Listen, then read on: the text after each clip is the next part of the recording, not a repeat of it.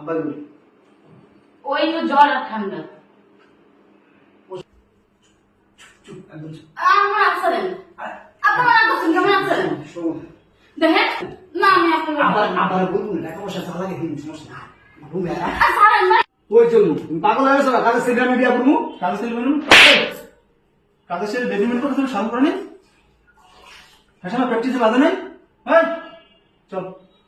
আরে বাবা সারো আমি গিয়ে বেডরুম তোর কোনো কথা না এদিকে কোনো ওই আমার বেডরুমে টেনে নিয়ে গেছে আর তুই কোনো কথা বলবি না ওহার মধ্যে হেনে ভাই পাড়ায় মারি আলাম তোর মতো ছেলে মানলে কিছু হবে না আমার নিজের সন্তান নিজে মারছি কোনো কেস মামলা হইব না চল আবার সারো আমি কাজে সিনেমা বিয়ে করতাম চুপ একদম চুপ চল হাট এ মাতিয়া